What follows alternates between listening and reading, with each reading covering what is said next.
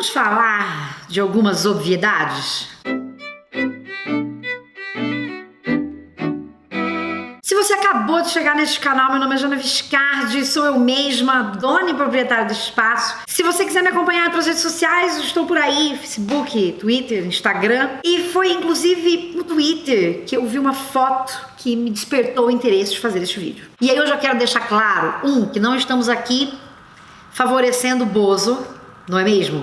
E 2, não estou aqui dizendo que não é importante reconhecer a veracidade de um fato ou verificar a procedência de uma fotografia quando aparece em uma notícia, num tweet. Então não se trata disso, mas que a gente perde às vezes, eu acho, a narrativa. E aqui eu queria pensar nessa narrativa. O Bolsonaro foi esfaqueado. Quando você assiste o vídeo, não sai sangue, não sai nada. Então, nos primeiros 5 minutos, eu achei que aquilo fosse fake, de alguma maneira. Por quê?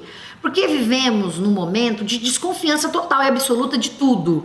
A gente desconfia das instituições, de políticos, de indivíduos, a gente desconfia de tudo.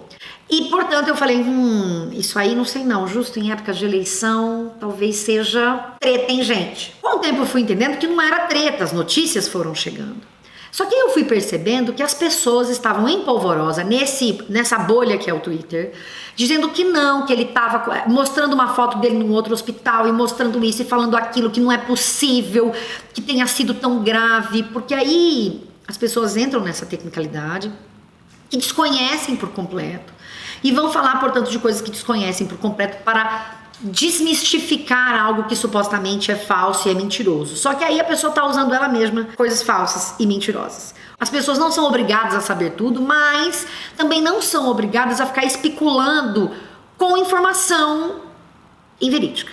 A minha preocupação é entender como o Bolsonaro e apoiadores do Bolsonaro e pessoas que o apoiam cegamente, não diretamente, um outro político, ou seja lá quem for, mas como as pessoas comuns se aproximam dessas narrativas ou se apropriam das narrativas que o Bolsonaro vai construindo a partir do momento em que ele é esfaqueado. E aí não vai importar em nenhum momento essa tecnicalidade que as pessoas ficam buscando o tempo inteiro, porque elas vão ficar comovidas com aquele fato. Fez sentido o que eu tô falando? E aí o primeiro elemento que eu trago é, quando ele saiu da cirurgia e tava um pouco acordado, ele fez esse vídeo. Nunca fiz mal a ninguém. Isso é a construção de uma narrativa. Ele faz uso daquele momento de fragilidade para dizer aquilo que ele é. E nessa fragilidade, nessa comoção, as pessoas vão dizer: olha, ele não é isso. De fato, ele não é alguém que fez o mal. Só que aí eu pergunto pra você, o que é o mal?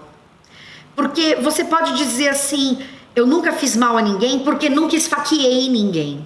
Só que esse é um entendimento de mal. Um entendimento de violência que é muito restrito, muito pequeno. Violência é muito mais do que ser esfaqueado. Essa é uma das violências possíveis dentro da nossa sociedade.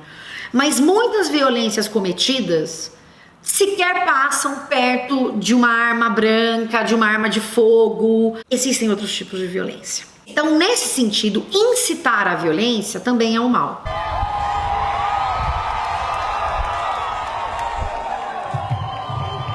Vamos fuzilar a petralhada aqui do Acre, hein? E eu tô dizendo isso aqui não para justificar o que aconteceu com ele, mas para falar do que é a construção dessa narrativa em cima de uma outra narrativa. Isso é incitar a violência, isso é fazer o mal. É muito curioso você pensar que através da liberdade que a democracia, enfim, o que é liberdade, não é mesmo? Mas vamos lá.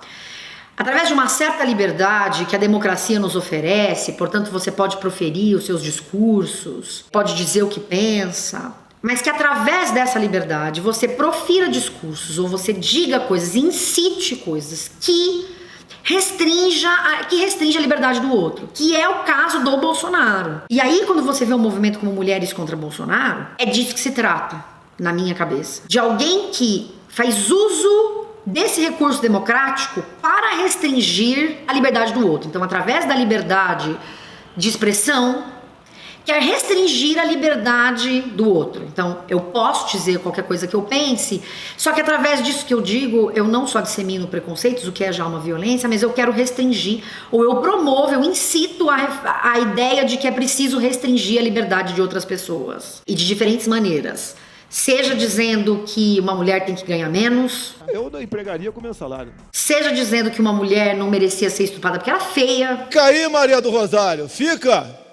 Há poucos dias tu me chamou de estuprador no Salão Verde e eu falei que não ia estuprar você porque você não merece. Seja dizendo que uma pessoa da comunidade LGBT tem um sangue menos bom do que aquele que não é parte da comunidade LGBT. Entre um sangue meu, por exemplo, e de um homossexual, posso falar aqui, ô Felipe? Tá? Entre o meu sangue e o do Felipe, o seu é melhor, que é homossexual. Não, eu não estou dizendo. Quem diz isso é o Ministério da Saúde. Mas se perguntar para quem precisa de doar sangue, você prefere receber do Bolsonaro ou do Felipe ou tanto faz?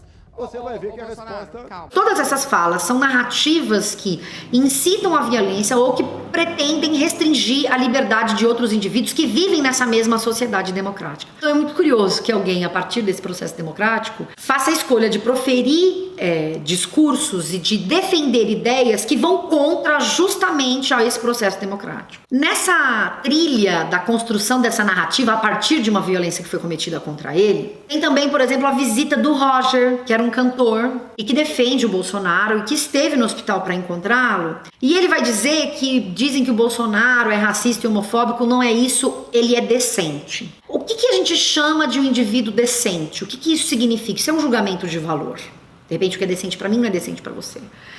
E talvez você não entenda que a violência, como eu já disse antes, vai além de uma faca dentro da sua barriga. Querer tirar direitos ou não entender que direitos de grupos, diferentes grupos de indivíduos da sociedade devem ser mantidos, isso é uma violência. Então, quando você diz que ele não é racista, não é homofóbico, preconceito, gente, vai além de você querer bater uma pessoa na rua. Violência vai além de você ferir alguém fisicamente. Isso também é um estágio gravíssimo de violência, mas há outros estágios e quadros de violência no nosso país. Eu venho lançar coro a essa coisa do Mulheres contra Bolsonaro. Na verdade, eu já tinha feito vídeo para falar do Bolsonaro. Prestem atenção nessas narrativas, contem aqui embaixo se tem narrativas que vocês estão vendo serem construídas em torno desse ou de outros candidatos.